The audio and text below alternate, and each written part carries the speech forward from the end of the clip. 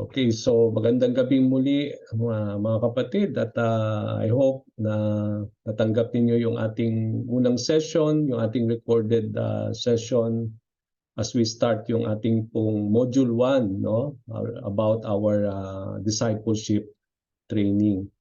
Okay, so gabing ito, itutuloy po natin yung ating pag-aaral when it comes dun sa ating pong hindi natapos.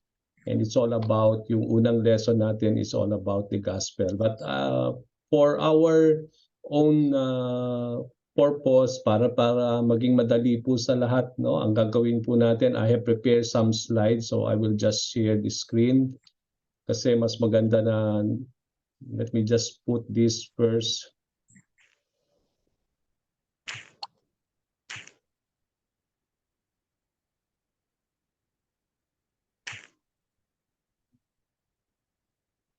Okay, so mas mainam naman mga kapatid that we are able to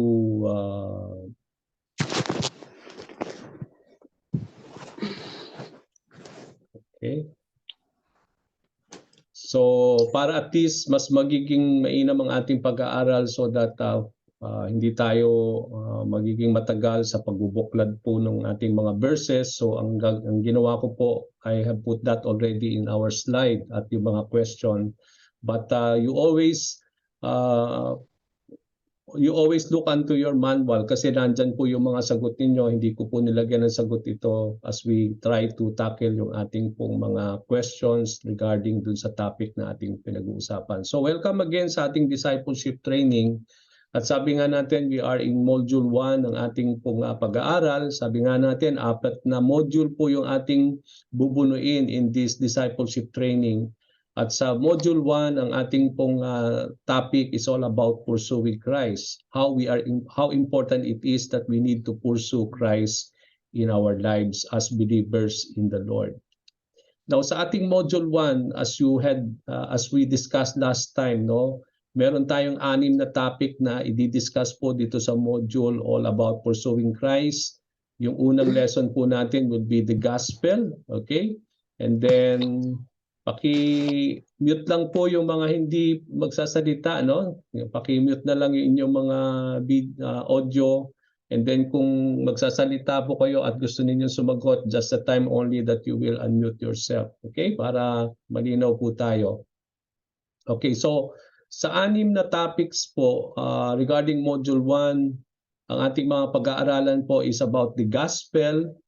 Then second lesson would be repentance and faith, and then assurance of salvation, and then abiding in the word part 1, and then abiding in the word part 2, and then last is about prayer. As I have said, sabi ko nga last time, although ito po mga topic natin dito sa module 1, when it comes to pursuing Christ, ay parang napag-aralan ninyo sa ibang mga discipleship material ninyo. But then mga kapatid, this will be much more different doon sa mga material na yun kasi we will go more deeper, sabi ko nga dito. Magiging toro yung ating pag-aaral regarding this mga topic na ito so that we are able to understand everything about this module of pursuing Christ. So sa ating lesson po tonight is all about, pumunta na tayo last time, no? We started this on lesson 1 and it is all about the gospel. And we are learning from this lesson what is the gospel is all about. Okay? Inumpisahan po natin last time, very quickly lang po ito, no, para just to connect us sa ating pong lesson tonight. Last time, nagkaroon tayo ng introduction sa inyong mga manual. Ang sabi dito in Mark chapter 1 verse 15, Jesus said, "The time is fulfilled and the kingdom of God is at hand. Repent and believe in the gospel." So when Jesus Christ calls a person to follow Him, the very first command He issues is to repent and believe in the gospel. Nakita natin, na-discuss natin yan last time, na ang unang mga commandment na ibinigay ng Panginoon, especially when He was about to preach the gospel to the people, ang makikita natin dito is He always talk about that the kingdom of God is at hand, that the kingdom of God has come, and because of it, the people, or His calling is for people to repent and believe in the gospel. So there is no true conversion where there is no repentance and faith, no? Sabi nga natin, pag-aaralan natin 'yan sa lesson 2 natin, all about repentance and faith. Pero nakita natin dito that there will be no true conversion if there is no repentance and faith in the Lord. At alam natin po that the embodiment of the gospel, pag sa ating pag-aral, pag sinabi natin gospel o ebanghelyo, the embodiment of the gospel is Jesus Christ. It's all about Jesus. So when we talk about the gospel of Matthew, Mark, Luke, and John, it's all about Jesus Christ. So the word gospel literally means good news. So pag sinabi natin gospel, mga kapatid, ang ibig sabihin niyan ay magandang balita or glad tidings, no? It is a good news. Kaya nga sabi dito natin nung ipinamamalita ng Panginoong Jesucristo that the kingdom of God is at hand, it is really a good news, no? That he is proclaiming at that time that dumating na ang kaharian ng Diyos. Kaya magsisi at sumampalataya, no? Yun ang sinasabi ng Panginoon. So it is a good news. It's really a good news is because it is ito yung magandang balita, no, na nagsasaad ng pagdating na ng kaharian ng Diyos. Para maunawaan po natin yung good news, in the ancient world, sabi dun sa introduction ng inyong manual, when an army had defeated its enemies, often it would send a messenger back to its homeland with the good news of victory. The job of this messenger was to herald the news to all the people in town square. So, makikita natin yung kahalagahan nitong good news na ito, mga kapatid, na ipinapahayag ng Panginoong Jesucristo dun sa mga unang panahon in the ancient world. Kapag ang isang army daw po ay nanalo sa kanilang battle over their enemies, magpapadala sila ng isang messenger upang ito ay pupunta sa kanilang bayan upang ipamalita ang kanilang victory, no? It is a good news of victory. At ang trabaho nitong messenger na ito is to proclaim, no? Is to herald the news, ipapamalita niya itong magandang balita na ito sa lahat ng tao doon sa town square. Okay? So that's it. Okay? Now, kung i-apply natin ito in the gospel, when it talks about the gospel in the Bible, so too Jesus Christ has conquered our enemies, no? It is all about our enemies is sin, Satan, and death. And through his death and resurrection, Jesus was able to conquer our enemies, no? He was victorious, sabi nga natin. Paki-mute lang po. So, nakita natin dito that Christ has conquered our enemies and he became victorious over our enemies. And sino yung ating mga enemies? Sin, Satan, and death, no? And because of that, he calls upon all his followers to publish that news to everyone. Dahil si Jesus ay victorious over sin and death and over the penalty of sin, we are called now, he is calling now upon all his followers, and we are all followers of the Lord. And it is now our task. Tayo po ay kinomisyon ng Panginoon. We have been given now the authority to proclaim now this victory of the Lord, no? And that is something that gusto nating ipahayag sa mga tao. And that is the gospel that we want to proclaim. The good news of the kingdom of God has come, and that kingdom has come through Jesus Christ. And because the kingdom of God has now come, a person now can be part, or a person can now enter the kingdom of God through Jesus Christ, who had conquered sin, Satan, and death, so that we are able to be part of the kingdom of the Lord. Okay? Now, ang understanding natin ng gospel, very quickly lang po before we go to the mga questions natin, itutuloy natin yung mga questioners natin.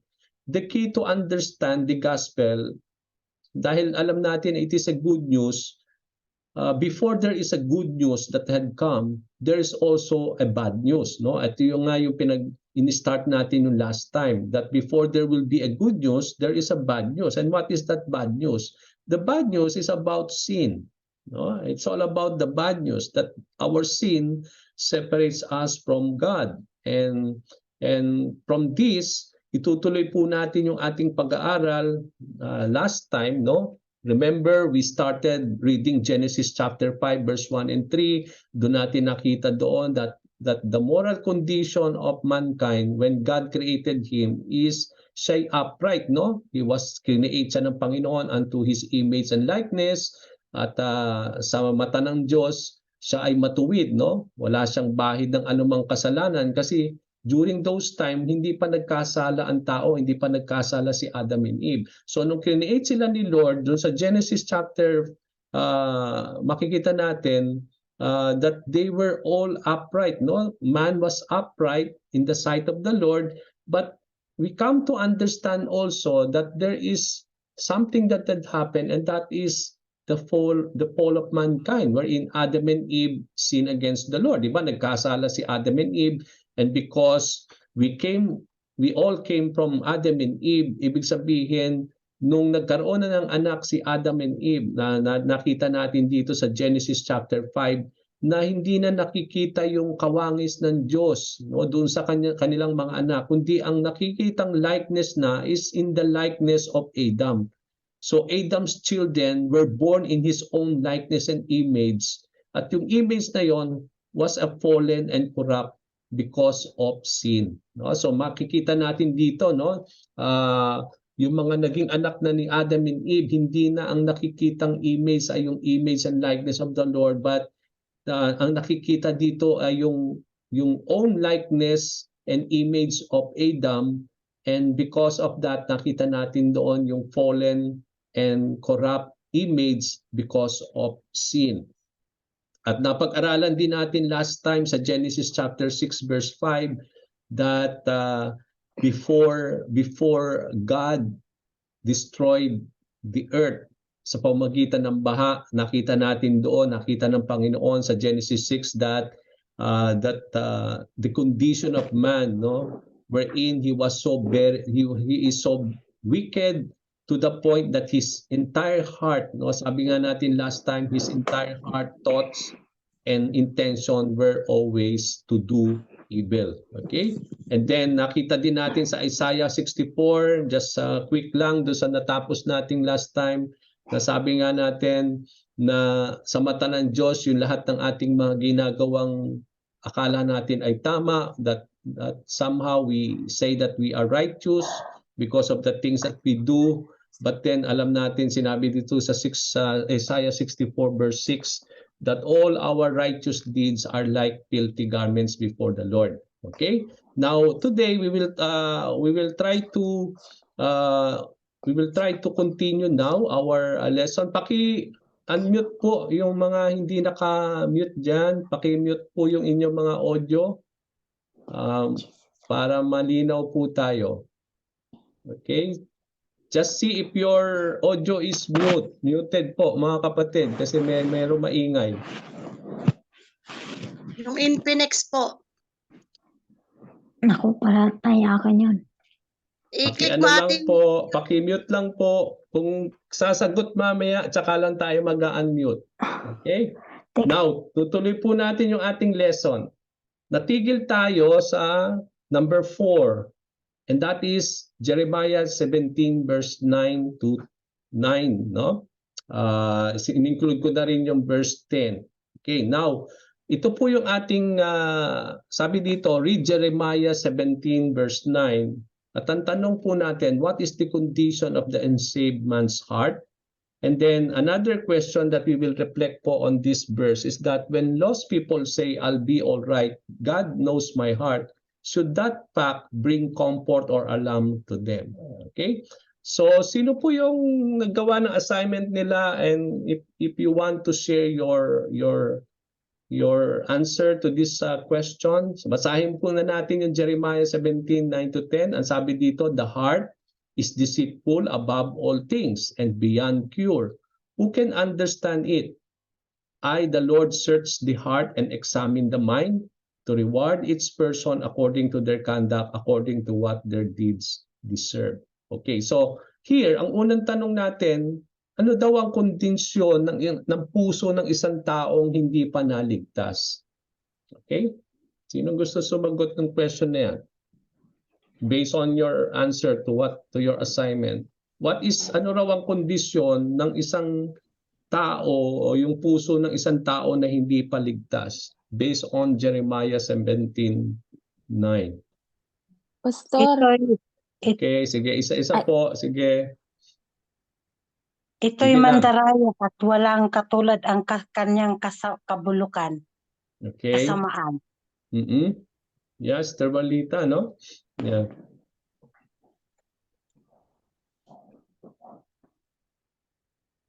Pakiulit, Sister Walita. Ang sagot ko po ito'y mandaraya at walang katulad ang kanyang kabulukan or kasamaan. Okay, so tama yun, no? Yun yung sabi nga dito natin, no? Kung makikita natin dito yung kondisyon ng puso ng isang tao na hindi pa saved. Ang sabi nga dito sa Jeremiah 17:9, no? Yung puso ng tao daw, ng isang taong likas na makasalanan is so deceitful above all things, no? Sabi nga natin dito, yung sinabi diyan, yung above, yung all things, sa lahat daw ng mga bagay, walang kasintulad ang isang puso na talagang deceitful, no? Yung talagang punong-puno ng karumihan at talagang punong-puno ng kasalanan, no? And I believe, sabi nga ni Jeremiah, it is beyond cure, no? Ibig sabihin, there is no one who can cure our heart, no? Ibig sabihin, even us we cannot deal with our heart. Alam natin po 'yon. At kaya nga ang tanong ni Jeremiah dito, who can understand it? No?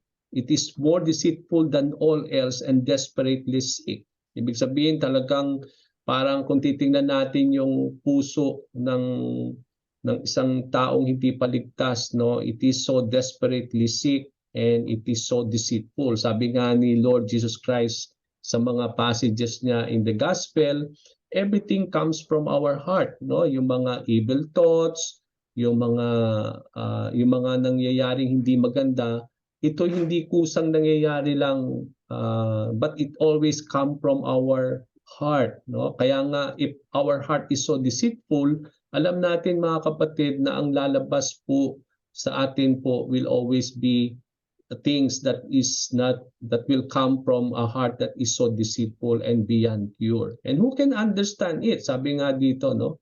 But then, ang kagandahan nito, mga kapatid, kung itutuloy natin yan sa verse 10, sinabi ng Panginoon, I, the Lord, search the heart and examine the mind to reward each person according to their conduct, according to what their deeds deserve. Ibig sabihin, ang Panginoon Diyos lamang ang talagang basa o talagang siya lang ang makakasaliksik ng ating mga puso. O kaya nga, lagi siyang tumitingin sa puso ng tao, di ba? He can look beyond the physical thing, and then he always look unto the condition of the heart of a person. Not only the Lord search the heart, pero ini-examine yan. God can also examine our mind. Ibig sabihin, di ba? Ibig sabihin, kahit hindi ang tao hindi nila nakikita kung ano ba yung nilalaman ng puso at isipan natin. Pero si Lord, kitang-kita niya yan. Hindi makakaligtas sa Panginoon yung ating mga puso, kung ano yung mga nilalaman ng puso natin at mga nilalaman ng ating mga isipan. At kaya nga, sabi nga niya dito, He alone can understand our heart. He alone can cure our heart. Siya lang yung talagang makaka-address ng ating pong heart that is so deceitful and it is beyond cure because it is God alone who can cure it, no? At sabi nga natin dito. Ngayon, tanungin natin yung pangalawang question. When lost people, kapag ang mga tao daw po ay naliligaw at mga hindi paligtas, maraming beses sinasabi nila, I will be all right. God knows my heart. Now, should that fact bring comfort or it should give them alarm? Maraming tao nagsasabi, I will be all right, sabi nila. God knows my heart. Okay? alarm. Hindi po. Okay, why? Bakit? Kasi nga po, Pastor, sabi dyan na tawag nito, Sabi diyan po, ang Lord, ang Diyos lang ang nakakaunawa at sumisiyasat sa mga o sumasaliksik sa puso ng mga tao. Mm-mm. Kaya ginagantimpalaan niya ang bawat tao ayon sa kanilang pamumuhay at ginagawa. Okay. Yeah.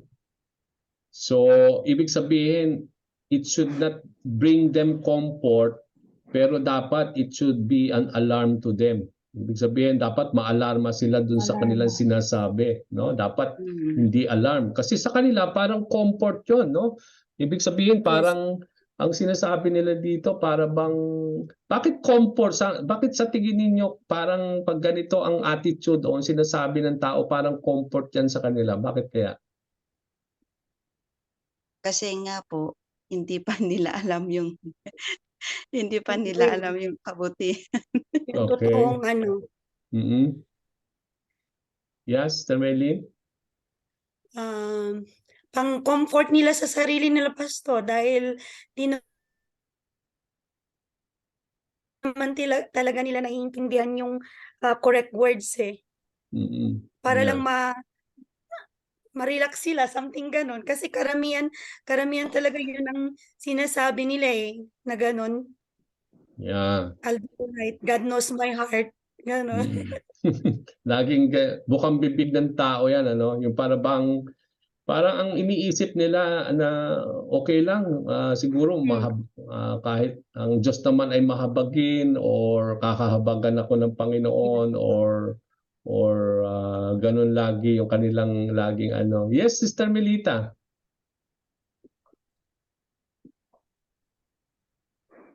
Meron kang gusto sabihin? Ganon kababaw yung pagkaintindi nila. Okay, si Melita nagre-raise ng hand. You want to say something ba? Baka po napindot lang. Okay, so napindot siguro. Okay. Pampalubag loob nila. Okay, so dito, yeah, tama yun, no? Pampalubag loob. Kasi kung titingnan natin, ang sasabihin nila, alam naman ng Diyos ang puso ko. Yung para bang akala nila na, di ba sabi nga natin kanina dun sa Isaiah 64, no? Yung akala nila pag gagawa sila ng mabuti, yung magsisimba sila linggo-linggo, magpe-pray, parang mako-cover na yon dun sa mga ginagawa nilang hindi masama, na masama o kasalanan. Yung para bang mako-cover na yon na out of the things na ginagawa nilang mabuti ay mako-cover na yon. I'll be all right, no? God knows my heart na although alam niya na may kasalanan siya, pero alam naman niya na gumagawa siya ng mabuti, hindi siya talaga hindi naman talaga siya likas na masama, no? Although alam naman niya na talagang meron siyang kasalanan. So I'll be all right, no? Parang gina-justify nila yung kanilang mga sarili. Na anyway, alam naman ng Diyos, na mabasa naman ng Diyos yung heart ko. Hindi naman ako likas na masama talaga, no? Although but then hina-highlight nila yung mga bagay na ginagawa nila. But then sabi nga natin kanina sa Isaiah, nung nakaraang pag-aaral natin sa Isaiah 64, lahat ng mga righteous deeds natin is just like a filthy garment and filthy rags before God. No, hindi ito parang nakaka-please kay God, no? Ibig sabihin, ang nakikita ng Panginoon hindi yung outside na ginagawa natin. 'Di ba sabi nga dito, He is looking and searching our heart. Hindi niya tinitingnan yung ginagawa mo, yung kung reliyoso ka o nagpe-pray ka, ang tinitingnan niya lagi diyan yung heart, from where it is coming from. Kaya nga yung heart na deceitful, kahit deceitful ang heart mo, kahit anong buti ang gawin mo sa outside thing, it is not really acceptable before the Lord, no? Yun ang ibig sabihin dito. Ibig sabihin, kung likas ang ating puso na talagang likas na makasalanan, hindi ito para bang ang lalabas sa atin na hindi mabuti. Kasi sabi nga ni Lord Jesus Christ, what comes from our heart, everything comes out from our heart. Kaya nga, ang mga kung ang heart natin ay hindi mabuti, kung ang heart natin ay hindi tama, lahat ng mga lalabas sa ating pamumuhay ay hindi tama at hindi mabuti rin. If our heart is so clean, then everything will become clean outside. But if our heart is not really clean and pure, then alam na natin kung ano po ilalabas sa ating mga puso. So, I believe yung mga lost people na nagsasabing they will be all right and God knows their heart, they should alarm, no, of what they are saying. It should cause them to be alarmed is because our hearts are not pure in the sight of the Lord. Na nakikita ng Diyos yung kanilang mga, yes, sila mismo ang nagsasabi, God knows my heart. Tama yun, talagang God knows their heart. At hindi nila madadaya ang Panginoon. Kaya alam ng Diyos talaga ang kanilang mga puso. At alam ng Diyos na ang kanilang mga puso ay hindi pure sa kanyang mga mata. So, and it is not pure but it is deceitful and sick. Kaya yun yung kondisyon, yan yung another bad news, no? Ito yung sabi nga natin dito sa lesson natin, inumpisahan natin muna yung bad news before going to the good news. Ito ang isang tao na hindi pa ligtas, na sa mata ng Diyos lahat ng ginagawa niya ay filthy rags, na ang kanyang puso ay deceitful above all things and it is beyond cure, no? At talagang sabi nga natin na talagang there is no one who can really deal with our sinful heart. And that is so important. So yan yung isang bad news din. Another bad news, punta tayo sa next question natin. Or, Yes? or madagdag ko lang. Sige, dagdag mo lang. Parang napansin ko kasi, yung mga taong ganon, ang pagkakakilala nila kay Lord is mabait, maunawain, ganun. Kaya kahit anong gawin nila, maunawaan naman ako ni Lord. Ganun Yes. yung lagi nilang nasa isip. Kaya kahit gumawa sila ng hindi maganda, ay mauunawaan ako ni Lord kasi ginawa ko to dahil mayroon silang rason. Ganun po Tama. yung pagkakaintindi nila. Yes, tama yun. Yan. At yung sinasabi na God is love. Mhm. Kaya mapagpatawad daw ang Lord. Yes. Tama yun. Yeah, and that is true naman. Talagang tama naman na ang Diyos ay mapagmahal at Diyos ay nagpapatawad. Kaya lang, siyempre, kung talaga hindi sila magbabalik loob at itatama yung kanilang pamumuhay, hindi sila magiging all right. Kasi ang sinasabi to, I will be all right. Yung para bang ang tingin nila, magiging okay sila na wala silang gagawing parang pagbabalik loob sa Panginoon. Kaya nga, ang pinapahayag ni Jesus Christ kanina, di ba? The kingdom of God is at hand. Repent and believe. No? Yun yung kailangan nararapat. If they will not repent and believe, they will not be really all right. Hindi magiging maayos sila. And really, God knows their heart. Their heart is not really pure. And so they will not be all right. So mali itong they will be all right. Mali yan kasi nungalingan yan. At yan po yung mga bukang bibig ng mga tao na talagang ang tingin nila na yun nga yung sinasabi ninyo na ang Diyos ay mapagmahal, mapagbigay, no, na magiging mahabagin siya. But then tama yun, talagang ganun ang Lord. Pero para kasihan tayo ng habag at awa ng Panginoon, nararapat yung pagbabalik loob, yung repentance ng ating mga puso. Kung walang ganung mangyayari, people will not be all right and they still will be lost. And that is a lie from the devil, no? Kaya yan po ay kasinungalingan. So yan po yung nangyayari sa kondisyon ng tao sa ngayon. Okay, punta tayo sa susunod natin, Ephesians chapter 2 verse 1 and 3. Ang sabi po dito, as for you, you were dead in your transgression and sins, in which you used to live when you followed the ways of this world, and of the ruler of the kingdom of the air, the spirit who is now at work in those who are disobedient. All of us also live among them at one time, gratifying the cravings of our flesh and following its desires and thoughts. Like the rest, we were by nature deserving of wrath. Okay, so dito, ipinapahayag din dito ni Paul sa Ephesians 2:1 and 3, yung kondisyon. Ito yung kondisyon natin bago tayo tumanggap kay Lord. Nung bago tayo nakakilala kay God, ito yung bad news sa isang tao na hindi pa ligtas. ano yung nangyayari sa isang tao na hindi pa siya naligtas dito sa sinusulat ni Paul. So tingnan natin po yung ating question. Sabi dito, before we became Christian, what was our spiritual condition? Ano daw ang kondisyon natin, tayong lahat, no? Including me, bago tayo naging Kristiyano? Sino gusto sumagot niyan? Pastor, Yes. we are spiritually dead. Okay, spiritually dead. That's really true, no? Can you expound that more, Sister Leah? When we talk about spiritually dead tayo, anong ibig sabihin nun? Why we are spiritually dead? No? Ano bang ibig sabihin spiritually dead? Can you We are explain mo po yun?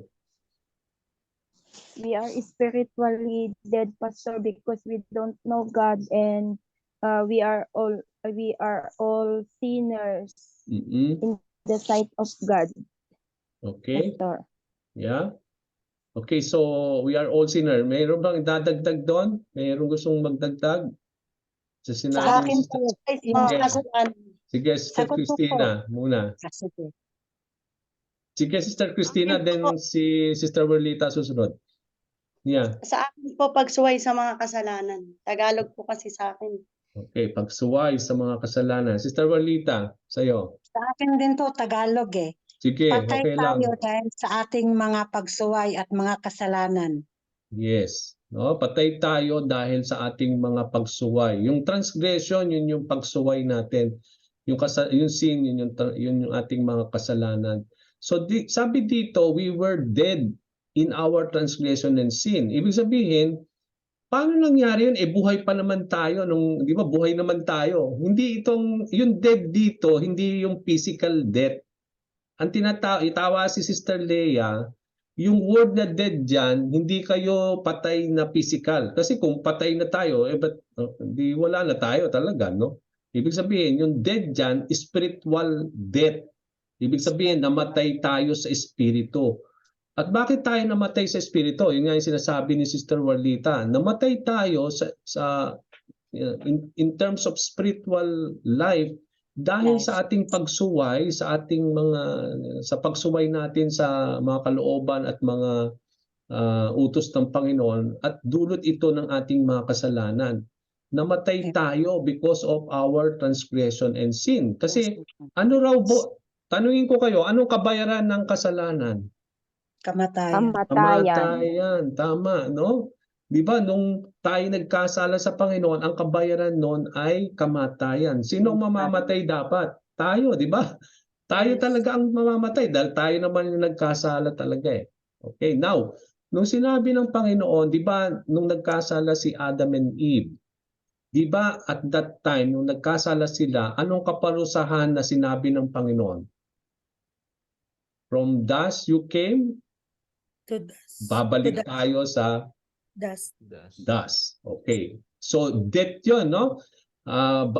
Babalik tayo sa alabok. Kaya nga 'di ba kapag namatay ang tao, 'di ba, babalik siya sa alabok.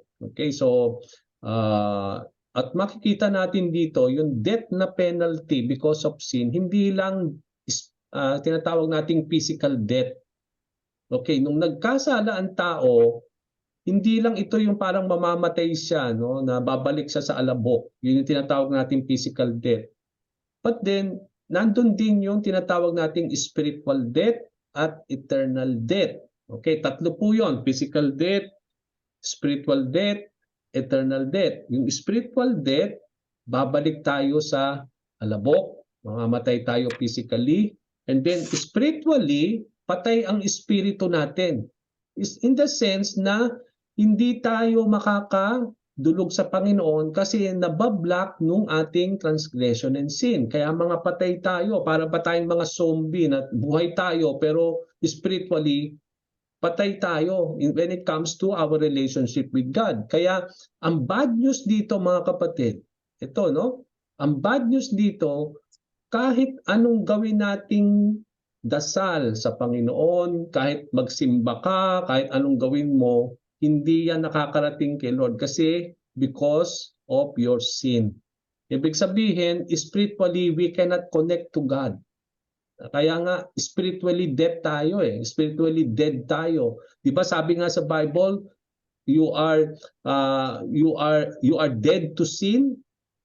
Ibig sabihin namatay tayo dahil sa kasalanan, but you were made alive in Christ, no? Namatay tayo dahil sa kasalanan natin, but then binuhay tayo ng Panginoong Hesukristo.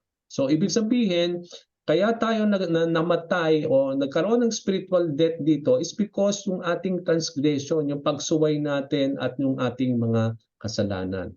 So yun yung spiritual condition ng bawat isa sa atin. We were spiritually dead. Okay? Because of our transgression and sin. Okay, now punta tayo sa second question. How did we relate to the sinful world? Paano tayo nakaka-relate sa when it comes to the sinful world? Pastor, Okay. we live according to the world values, or we are living in the world.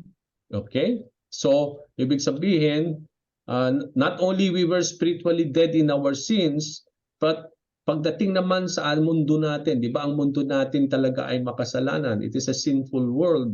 Ibig sabihin, dahil tayo ay makasalanan din at ang mundo natin ay makasalanan, so we are living according to the values, according to the standard ng mundong ito. No? Nakikiayon tayo sa kung ano yung nangyayari dito sa mundong ito. Kaya nga ang isang tao na hindi pa saved, ang bad news is that we were spiritually dead.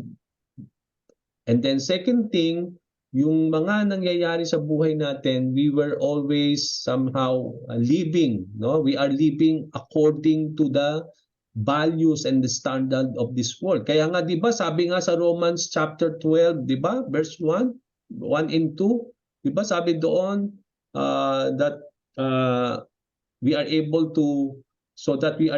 to be renewed, no? In our renewal of our minds, so that we will not able to conform anymore to the patterns of this world, but we are able to know the perfect, good and pleasing will of God, no? So ibig sabihin nga na kailangan in those times we are living. Kaya nga ang sabi dito, no, sa Ephesians chapter 2, hindi lang tayo namatay spiritually dahil sa ating hindi pagsunod sa mga kautusan ng Panginoon at sa ating mga kasalanan. At ang sabi dito, in which you live when you follow the ways of this world, no? Ibig sabihin, nung mga panahon na hindi tayo paligtas, hindi lang na tayo ay spiritually dead, kundi nakikiayon tayo sa pamumuhay dito sa mundong makasalanan. Ibig sabihin, wala tayong pagkakaiba sa mga taong naninirahan dito sa mundo, no? Nakikiayon tayo sa mga pamamaraan, sa mga standard ng mundo na talagang makasalanan. And then what about Satan, no? Dito binanggit dito yung the prince of the power of air, at ang itinutukoy dito ni Paul ay si Satan. Now, when it comes to Satan naman, anong ibig sabihin, no? How did we relate? How do we relate to Satan naman? Nagpailalim tayo Okay, nagpailalim tayo kay Satan, ng no? kasamaan. Sa kasamaan, no? Sa pamamaraan ni Satanas, no? We did Satan's will. Kung ano yung kalooban ni Satanas, yun din ang ginagawa natin. Even though we were not aware we were doing it, no? Parang hindi natin alam na parang yun yung ginagawa natin, pero actually you are following the ways of the world, no? Ibig sabihin na dito, hindi lang you are following the ways of the world, but also the ruler of the kingdom of the air, no? Ibig sabihin, in those times, pwedeng sabihin disciple tayo at followers din tayo. Pero hindi followers and disciples of Jesus Christ. You were disciples and followers of Satan. Kasi yun eh, we are following, no? We are following the ways of the ruler of the kingdom of the air, no? So hindi tayo mga followers ni Jesus Christ nung mga panahon na hindi pa tayo ligtas, mga kapatid. We were followers of our father, the devil and Satan. So tagapagsunod tayo ng ani Satanas in those times. And this spirit is now working in those who are disobedient. So, ibig sabihin, when we talk about when it comes to our lives, no, as believers, as people who are living in this sinful world, and we are also following the ruler of the kingdom of the air, no? At ang binabanggit diyan dito ay si Satanas. At ang espiritu na nananaig sa atin ay hindi ang banal na espiritu, mga kapatid, kundi yung espiritu na nag-ooperate dito sa sinful world na ito. At ang yung espiritu, yun yung evil spirit. So yun yung makikita natin dito. Now, when we talk about our flesh, what did we do regarding our flesh? Ano yung ginagawa natin when it comes to our flesh? Gratifying the cravings of our flesh. Okay? When it comes to pag sinabi nating flesh, yung ating corrupt fallen nature. Okay? Anong ginagawa? Ginagratify natin yung cravings of our flesh, no? We are following yung mga desire, yung thoughts ng ating sinful flesh, no? So ibig sabihin, makikita natin dito what were we by nature, by physical birth, no? Makikita natin we were children of wrath, no? Sabi dito, we were children of wrath, no? Sabi dito, like the rest, we were by nature deserving of wrath. Because bakit nararapat na by nature we deserve wrath? Is because we were children of wrath, no? Because the wrath of God is upon us because namuhay tayo ng hindi tama, namuhay tayo, nakiayon tayo sa mundo na makasalanan, at we follow and obey Satan, at ang espiritu na nananaig sa atin ay hindi yung espiritu ng Diyos, kundi yung evil spirit na nagwo-work sa atin. At ang tawag sa atin dito, mga disobedient, no? Ayan, no? Who are disobedient. In those times, we are disobedient people. Lahat daw tayo, sabi dito, all of us also live among them at one time. Ibig sabihin, bago tayo naging Kristiyano, lahat tayo, walang exemption sa atin. Yan tayo noon, bago tayo nakakilala kay Lord. Hindi lang na tayo ay makasalanan, na we are spiritually dead dahil sa pagsuway natin, sabi nga ni Sister Walita, at sa kasalanan natin, pero sinunod natin at tayo ay nag-obey doon sa, hindi lang po we follow the patterns of the sinful world, but also we follow also the ruler of the kingdom of the air, who is Satan also. At ang espiritu na nananaig sa atin ay yun yung nagwo-work sa atin who are disobedient, no? At lahat daw tayo namuhay noong mga panahon na yon. Na paano tayo namuhay in those times? Ginagratify natin yung craving ng ating sinful flesh, yung corrupt fallen nature natin. Yung para bang lahat ng ginagawa natin is yung ma-satisfy, ma-gratify yung sinful flesh. No? Yun yung mga ginagawa natin na lagi nating sinusunod yung mga desire, yung mga evil thoughts, yung sinful thoughts na brought by our sinful flesh. And like the rest, sabi dito, kagaya ng mga iba, tayo raw po dati ay mga by nature deserving that, no? Ibig sabihin, dahil ganyan tayo, we deserve hell, no? We deserve to be condemned by God. Kaya nga there is the wrath of God upon us, because come to think, ito yung nangyayari ng mga panahon, bakit nung bago nagkaroon ng flood, di ba? Ganyan yung nakita ni Lord. People are living in so wicked, di ba? Sabi doon kanina, doon sa Genesis 6, bago nagkaroon ng destruction by the flood, ganyan yung nakita ng Panginoon. So, I believe why there is the wrath of God is because of sin, no? People are really living in sin. And that is something that we need to highlight. Ito yung parang bad news din. Kasi ang isang taong hindi ligtas, what is bad news about that person is that he is spiritually dead, sabi doon, because of sa kanyang pagsuway at sa kanyang kasalanan.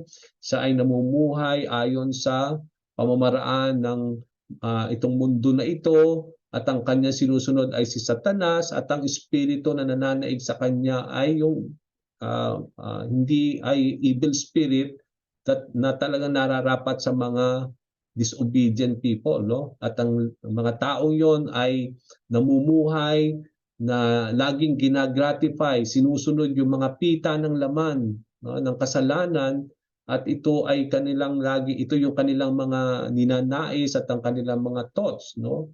At because ganyan ang pamumuhay ng mga taong hindi paligtas, nararapat lang talaga na sila ay parusahan ng Diyos. Yun ang ibig sabihin dito. So that is the bad news, no? It is really bad news concerning the concerning people. Now, if we will summarize ngayon, yung natutunan natin about the bad news concerning about sin, about everything that we are able to see dito sa mga passages natin, no? Meron tayong Genesis 5, meron Genesis 6, Isaiah 64, sa Jeremiah, sa Ephesians 2. Kung pagsasama-samahin natin yon, isa-summarize natin lahat yung mga napag-usapan natin dito sa how do you summarize what you learn patungkol sa kondisyon ng isang taong hindi ligtas? If you will, kung pagsasama-samahin natin lahat yung mga napag-aralan natin dito sa mga verses na ito, paano ka magkakaroon ng buod o summary ng mga bagay na natutunan natin about kondisyon ng isang tao na hindi ligtas? Sinong gustong sumagot dito?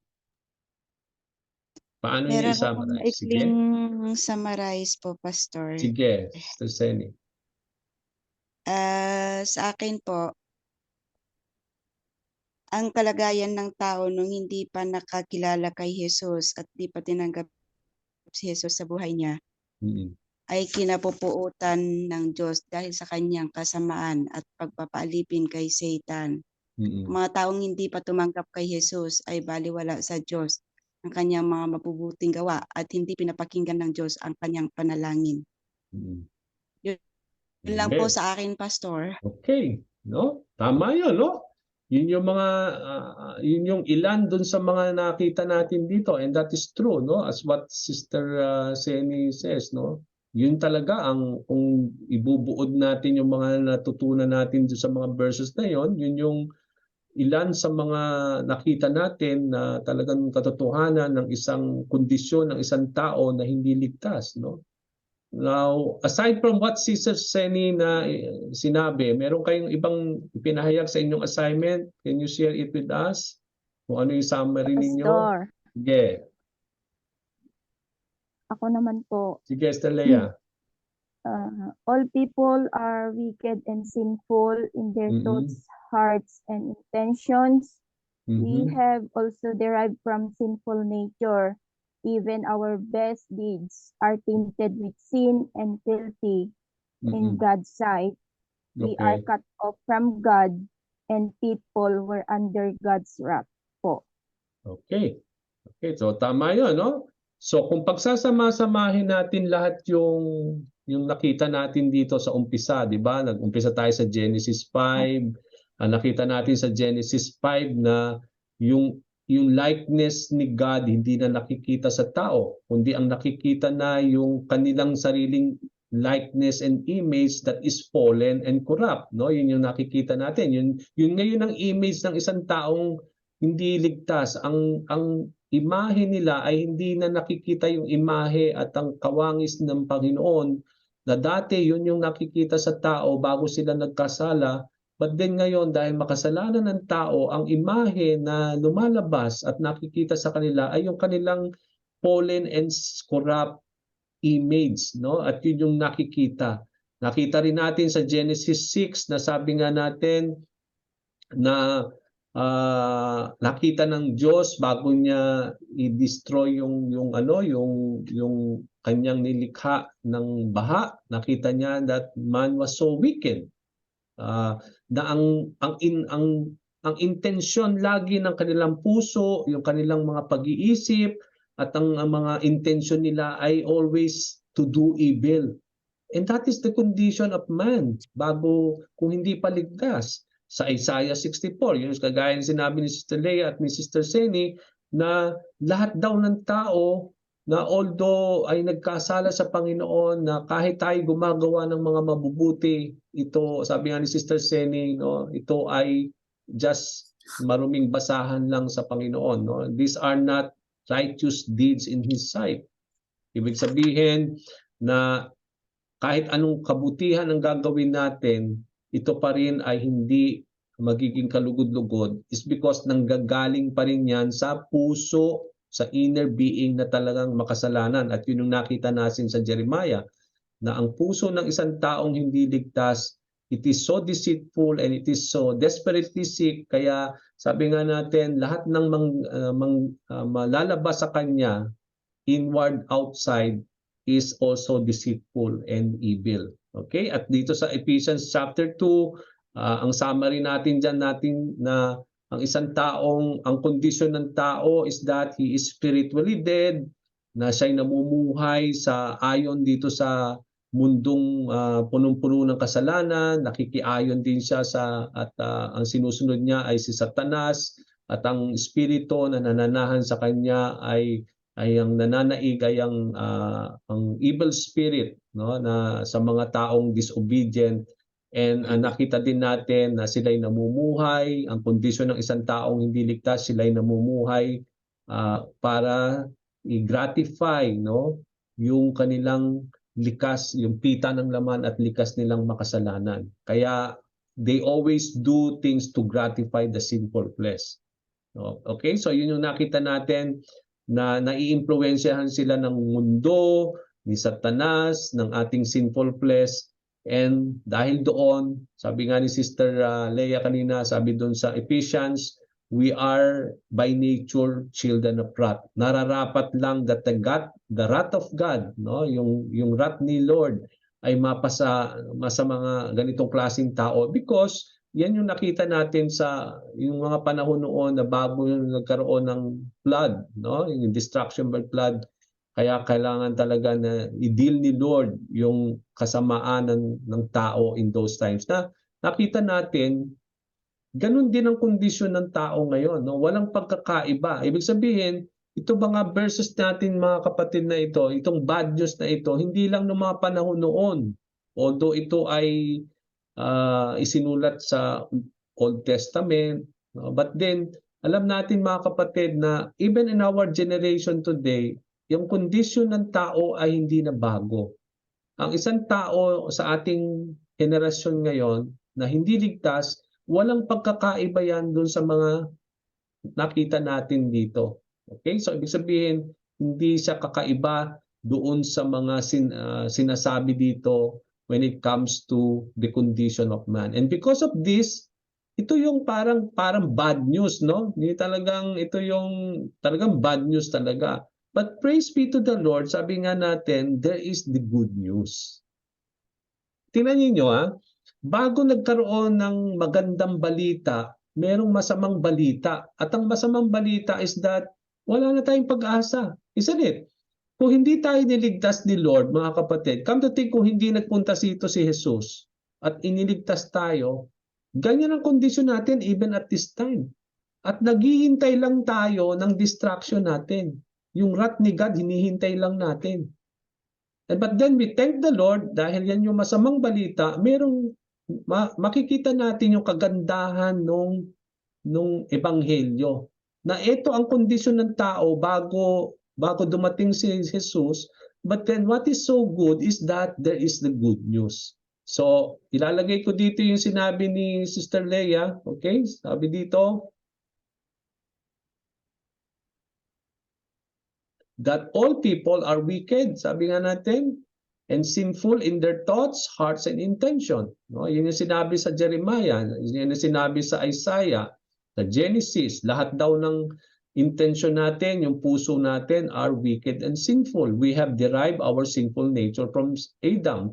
Bakit nagkaroon tayo ng sinful nature is because nanggaling tayo kay Adan. No? At namana natin yung sinful nature niya. Kaya lahat ng mga taong pinapanganak may sinful nature.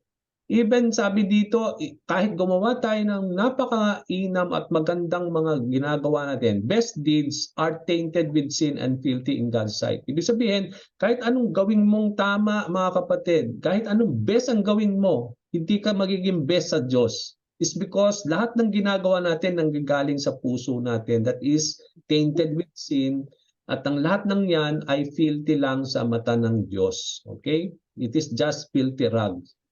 Before conversion, bago tayo tayo tumanggap sa Panginoon, bago tayo naligtas, tayo po ay na-cut off from God. No? Ibig sabihin, nakita natin yung diagram doon, no? Separated. Nung na-cut off, na-separate tayo sa Panginoon. At dahil na-separate tayo sa Panginoon, nagkaroon ng spiritual death, na-influensyahan tayo at tayo ay sumusunod ayon sa mundo, ayon sa pamamaraan ng dyablo, at ayon sa ating sinful flesh. Okay? And we're under God's wrath. Yan po yung kondisyon natin ng mga panahon na hindi tayo paligtas. Kumbaga sa kinapupuotan tayo ng Diyos. Yun ang ibig sabihin, wrath of God. Kinapupuotan ng Diyos ang ganyang tao. Okay, yan yung kondisyon ng isang tao, and that is really bad news. But what is so good is that there is the good news. Nakita natin sa diagram kanina, separated tayo, no? Ito yung tao, ito yung tao nandoon siya sa kabila, hindi siya makakonect kay God is because merong bangin, no? Yun nga yung death, yung sin. But then there's a good news, and the good news now is about, ito yung magandang balita. Kanina masamang balita yung nakita natin. Kaya ang ebanghelyo, yung gospel, is a good news because the gospel is about when Jesus Christ came. And then here comes now the good news that through Jesus Christ now, we can now enter again the presence of God. Ibig sabihin, nakita natin sa diagram, parang naging tulay si Jesus upang tayo po ay kalugdan na muli ng Panginoon, no? Na tayo po ay makapunta na muli. Dati, hindi tayo makakonect kay God because we were separate from the Lord, because we were spiritually dead. But then, sabi ni Paul, we were made alive in Christ. No? Ibig sabihin, nagkaroon ng reconciliation dahil nagbalik loob tayo sa Panginoon, dahil kay Jesus na ating Diyos, then tayo tinanggap na muli ng Panginoon Diyos, kaya nga po kinalulugdan na puli tayo ng Panginoon, ng Diyos Ama sa pamamagitan ni Jesus na ating Panginoon. Yun yung good news, no? Yun yung ebanghelyo. Yun yung ipinapahayag nga natin eh. Ito nga yung good news of salvation. Kaya dito natin makikita ngayon kung ito'y matatapos natin before, we have still 15 minutes, kung ito man ay matapos lang natin yung number 1. Okay, how do the following scripture identify the gospel? Hindi ko po na ilagay itong mga verses dito. Can I ask someone to read Mark 1:1? Sino gustong sumagot ng Mark 1 verse 1? Siguro. Sige, pakibasa lang yung Mark 1:1 and then ano yung tanong, ang sagot mo dyan? Mark 1:1. Ito ang magandang balita tungkol kay Jesucristo, ang anak ng Diyos. Ang insight ko po ipapahayag na natin sa ating mga mahal sa buhay ang ating nalalaman kay Kristo Jesus. Amen. Okay, thank you, Sister Walita. So, ang sinasabi ni Sister Walita dito, ito raw ebanghelyo na sinasabi ni Mark is that ito'y ebanghelyo patungkol kay Jesus. Na ang sabi nga ni Sister Walita, no, pwede na natin ipahayag itong magandang balita na ito sa ating mga mahal sa buhay, sa ating mga kamag-anak, dahil ito'y talagang magandang balita. At ang magandang balita na yan, sabi sa Mark verse 1 per 1, is ito'y magandang balita patungkol kay Jesucristo. So ang sagot natin dyan is that it is the gospel of Jesus Christ. So thank you, Sister Walita, for that. Tama yun sa sagot mo. Ngayon, Mark 1:14. Sinong gusto magbasa? At ang tanong, sino gustong sumagot? Ako, Pastor. Sige, Sister Lea. Pagkatapos niyang madakip si Juan ay napasa sa Galilea si Jesus na ipinangangaral ang ebanghelyo ng Diyos. Okay, so anong sagot mo doon? the gospel of God, Pastor. Okay, so ang sabi doon ni Mark 1:14, ito ay ebanghelyo ng Diyos. So ibig sabihin, ito ay magandang balita ng Panginoon o ng Diyos, no? So ibig sabihin, it is the gospel of God. So makikita ninyo, no, bago tayo magpatuloy sa Matthew 4:23. Sa Mark 1, tingnan nyo, pareho ang nagsulat. Si Mark, siya ang nagsulat ng lahat ng Gospel of Mark. Kung mapapansin niyo sa Mark chapter 1 verse 1, yung binasa ni Sister Warlita at ang sinabi nga niya, itong ebanghelyo daw ito ay patungkol kay Hesukristo. So, but then later on sa verse 14 ng chapter 1, binago niya. So it is the gospel of God. So anong sinasabi dito? Ibig sabihin, Jesus Christ is indeed God, no? May connection 'yon. Hindi po pwedeng dalawang tao 'yon kasi it is the gospel of Jesus Christ, sabi niya doon sa verse 1, pero sa verse 14, imbis na Jesus Christ ang nilagay niya doon sa binasa ni Sir Lea, it is the gospel of God. So kung i-combine natin yan, dito nagpapatunay na ang magandang balita ay patungkol sa Hesukristo na Diyos, no? Ito'y magandang balita na nagpapatunay na hindi lang ito'y magandang balita patungkol kay Hesukristo, kundi itong Hesukristo na ito ay ang Diyos mismo because He is God who became flesh. Okay, so yun yung nakita natin. Okay, let's proceed. Matthew 4:23. Who wants to answer? Yung iba naman, yung mga hindi pa sumasagot, kung ginawa ninyo yung mga assignment, sino yung gumawa ng assignment? Okay lang doon sa mga iba na hindi nakagawa. Kung may work kayo, okay lang po yun. Sino yung mga nakagawa? Can you share your answer in Matthew 4:23? Sino gusto magbasa? Ako, Pastor.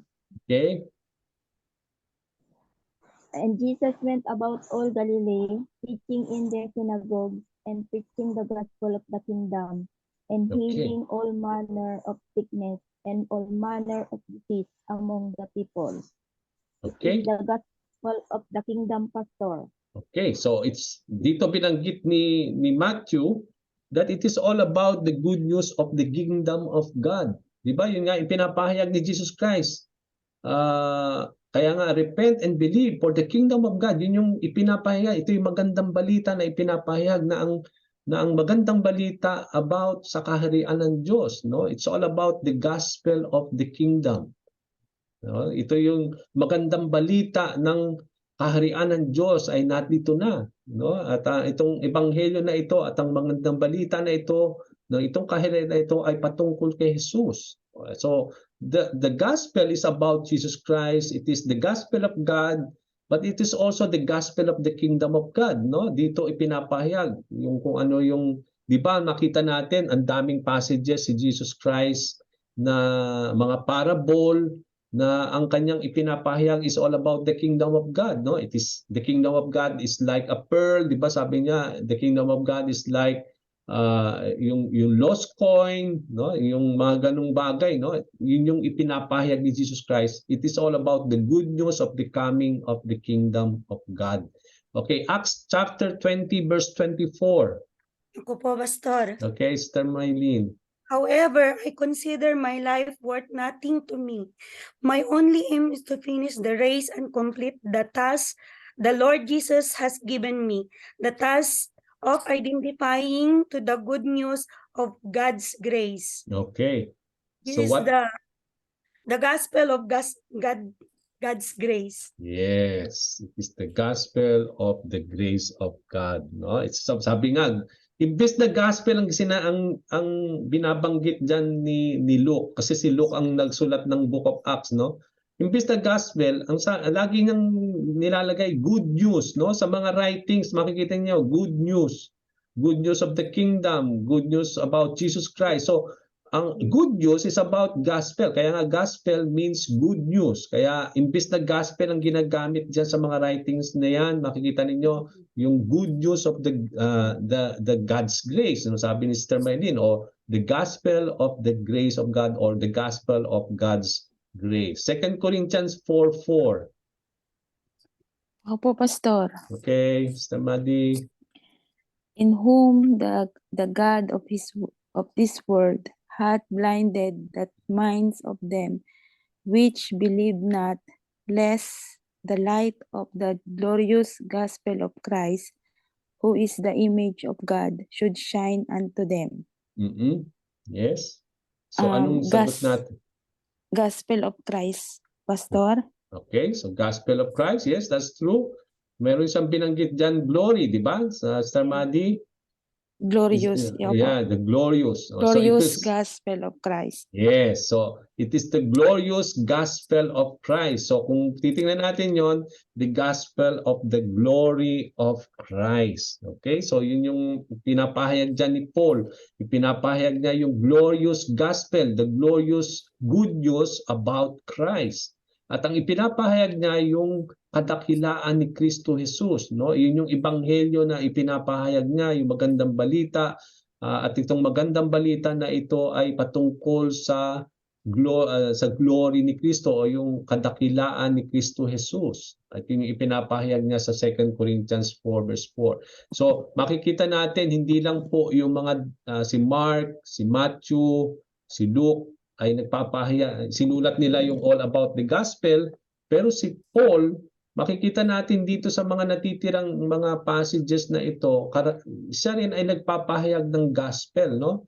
He talks about 2 Corinthians 4:4, he talk about the gospel of the glory of Christ. Ephesians 1:13, sino gustong sumagot?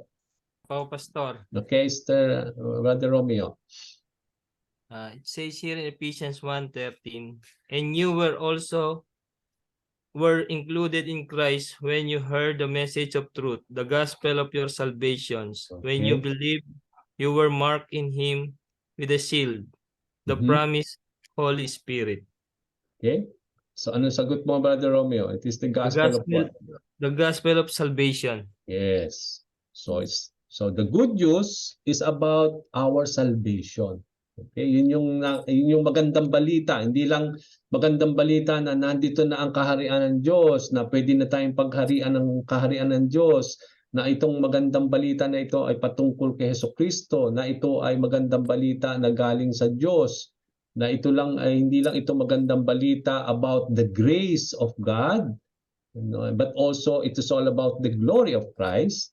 And it's also the gospel or magandang balita ng kaligtasan. Kaya the gospel is all about salvation, no? Of how Jesus Christ died for our sins, and because of that, we were saved from our sins. Tama yun, Brother Romeo. It's the gospel of our salvation. Ephesians chapter 6:15. Ako, Pastor. Yes, Sister Christy. Ephesians 6 verse 15, and with your feet fitted with the readiness that comes from the gospel of peace. Okay. The gospel of peace, Pastor. Okay, so the gospel that brought us peace. 'Di ba dati mga rebelde tayo, 'di ba? We are disobedient people, no? Tinumalikod tayo kay Lord, no? Namuhay tayo ng sarili natin. Yun tayo noon wala ang Diyos because we were separated from God, isn't? Mga rebelde tayo, mga enemies tayo ni God. But then because of Jesus Christ, there is now peace, no? Nung nagbalik loob tayo sa Panginoon, dahil nilinis tayo ni Kristo Jesus, so we have now peace with God. And that is the gospel of peace, na ang magandang balita ngayon ay meron ng kapayapaan sa mga taong magbabalik loob, na meron ng kapayapaan sa talagang magsisisi at mananalig kay Kristo Jesus, na hindi lang sila magkakaroon ng kaligtasan, at yung kaligtasan na yan ay magdudulot ng kapayapaan sa kanila because they will be at peace with God, no?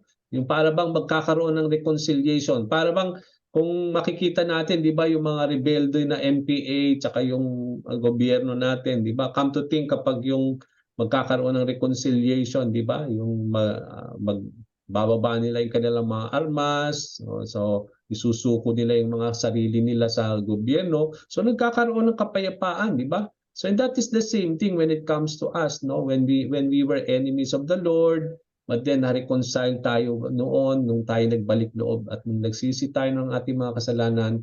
So it's all about the gospel of peace, no? The gospel, the good news that brought peace in us. So that peace is about the Lord. Okay, then last, and then dito tayo magtatapos. 1 Timothy 1 verse 11. Ako po, Pastor. Sige, Susani. Timothy 11. 1:11. Yeah.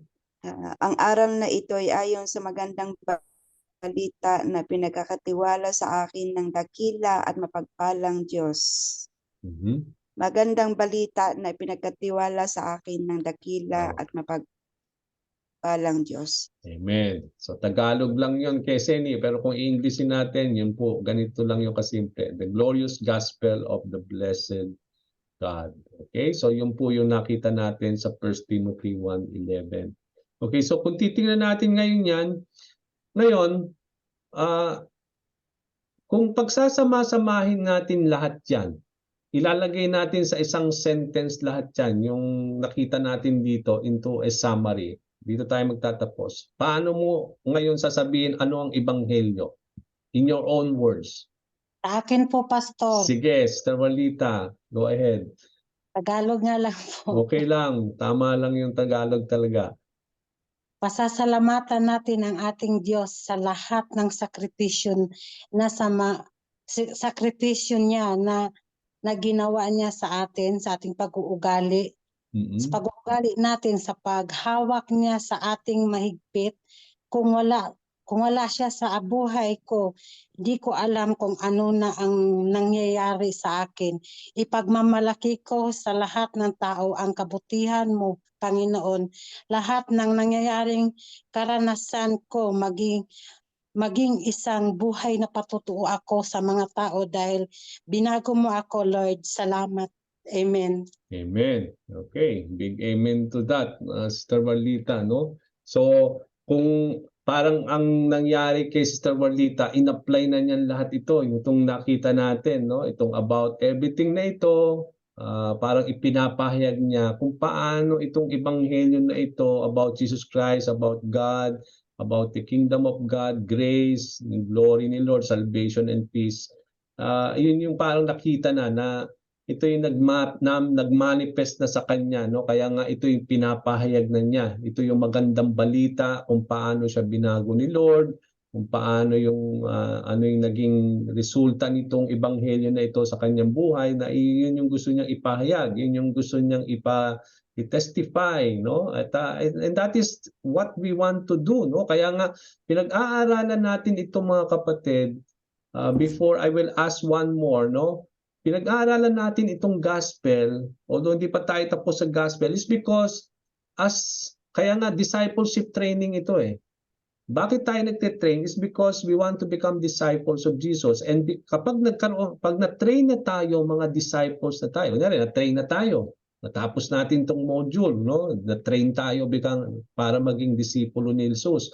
Ngayon, dahil naintindihan natin ngayon yung lahat ng mga module na ito ngayon ang ibabahagi natin. Ipapahayag natin ito sa mga tao na hindi pa nakakakilala kay Lord para sila naman ay maging disipulo rin ni Lord. So parang multiplication, para bang disciples making, we are disciple who makes disciples, no? Yung para bang dinuduplicate natin, and tama yun yung sinasabi ni Sister Walita, no? Yung kung tayo naranasan natin itong ebanghelyo na ito, yung magandang balita ng kaligtasan, dulot ni Jesus, at tayo kinalulugdan na tayo ng kaharian ng Diyos, at tayo po inaligtas dahil sa kanyang kalooban, sa kanyang habag, at ito'y nagdulot ng kaligtasan at kapayapaan sa atin. Ito'y dulot ng ebanghelyo o yung magandang balita na dulot ni Jesus sa buhay natin. Then rapat lang talaga na ito'y ipahayag natin. Kaya nga good news siya eh. Kaya nga good news, dahil good news, kailangan mo siyang ipahayag. Kailangan mo siya talagang i-proclaim. Kaya nga hindi po pwedeng good news kung hindi natin ibinabahagi, hindi natin ipinapahayag. Okay, so bukod dun kay Sister Walita, sino pa? Isa na lang. Sino gusto mag-share? Then we will close. Pastor, Kung isa-summarize mo lahat yan, yes, sige. Sister Leia. ako naman po, Okay. the good news of this gospel concern what God has done through Jesus Christ. To bring us into his kingdom, and his grace and glory on us, and grant us salvation and peace, in Amen. order that we are saved by his love. Okay, Amen. tama, no? So kung pagsasama-samahin yung natutunan natin dito, no? Tama yung sinabi niya, no? The good news, the gospel is about the good news concerning what God has done. Kaya yun din ang sinasabi ni Sister Walita, yung ginawa ng Diyos sa kanya. Yun yung magandang balita eh. Kaya nga sometimes, pwedeng yung pamamaraan ni Sister Walita ang gamitin natin. Pwede rin naman yung pamamaraan ni Sister Leia. Kasi yung kay Sister Walita, ang gusto niyang ipahayag, yung magandang balita nung kanyang, yun na yung life testimony niya kung paano siya binago. And that is really something that we have to na i-testify, no? Yung magandang balita kung paano tayo, kung ano yung ginawa ng Diyos. It's because the gospel is about what God has done for us. At tama yung ginagawa, yung pinapahayag ni Sister Walita, tama rin siya sabi ni Sister Leia na what God has done through Jesus Christ. And ang ebanghelyo ay patungkol sa Diyos at ang kanyang mga ginawa sa pamamagitan ni Kristo Jesus, kung paano niya idinala ang kanyang kaharian, kung paano niya ibinuhos ang kanyang habag o yung kanyang grace at yung glory on us. And that's why, because of that, we were now saved and we have now peace with the Lord, no? We have peace with God, no? So that yun yung nakita natin. So the gospel is a glorious gospel ng isang mapagpalang Diyos kung paano niya isinugo ang kanyang kaharian dito sa pamamagitan ni Kristo Jesus na ating Panginoon. At sa pamamagitan niya ay nagkaroon tayo ng habag at awa sa kanya. At dito natin at ito ay nagresulta sa atin ng ating kaligtasan at nagdulot ng kapayapaan sa buhay ng bawat isa. Ganun kasimple. Okay? So, the gospel is all about what God has done. It is about Jesus Christ. It is all about the kingdom of God. It is all about the grace of the Lord, because salvation is a grace. Sabi nga natin, hindi natin pinagtrabahuhan yan. Yan ay grace ni God na ibinigay. Grace is something that hindi pinagtatrabahuhan. Yan ay kusang ibinigay sa atin bilang gift from God, no? Salvation is a gift. It is a grace, no? At because of that salvation, God has brought us peace dahil we were able to reconcile back to the Lord. And that resulted to our salvation. So we thank the Lord for that, no? Kaya nga tama yung sinabi ni so as I close, although hindi pa tayo tapos, marami pang mga verses dito sa good news. Kaya lang magtatapos na tayo dahil we are time na tayo. So itutuloy natin next week, next Monday. Be sure that you sagutan niyo po yung mga natitirang question, and then move tayo doon sa susunod na lesson natin, and that is about repentance and faith. Pero let me just put that, kagaya ng sinabi ni Sister Leia, they show that the good news of the gospel concerns what God has done through Jesus Christ to bring us into His kingdom, lavish His grace and glory on us, and grant us salvation and peace. Okay, so I stop here. So dito sa inyong manual, kapag natapos natin mga kapatid itong good news, okay, meron pang natitira tayo, no? Meron pa tayong 1, 2, 3, 4, 5 questions pa na bubuluin natin next Monday. And then meron kayong mga memorization dito. Meron kayong memory verse na dapat ninyong i-memorize. Okay, that is 2 Corinthians 5:21. Okay, so kada lesson natin, meron tayong memory verse. I hope and I pray you will able to memorize those verses na ibinibigay dito sa lesson natin. Makakatulong po sa atin yan when it comes dun sa ating mga lesson. Okay, I stop from here. So, thank you for joining us again this time, and let us pray and commit our lives before the Lord as we come to close.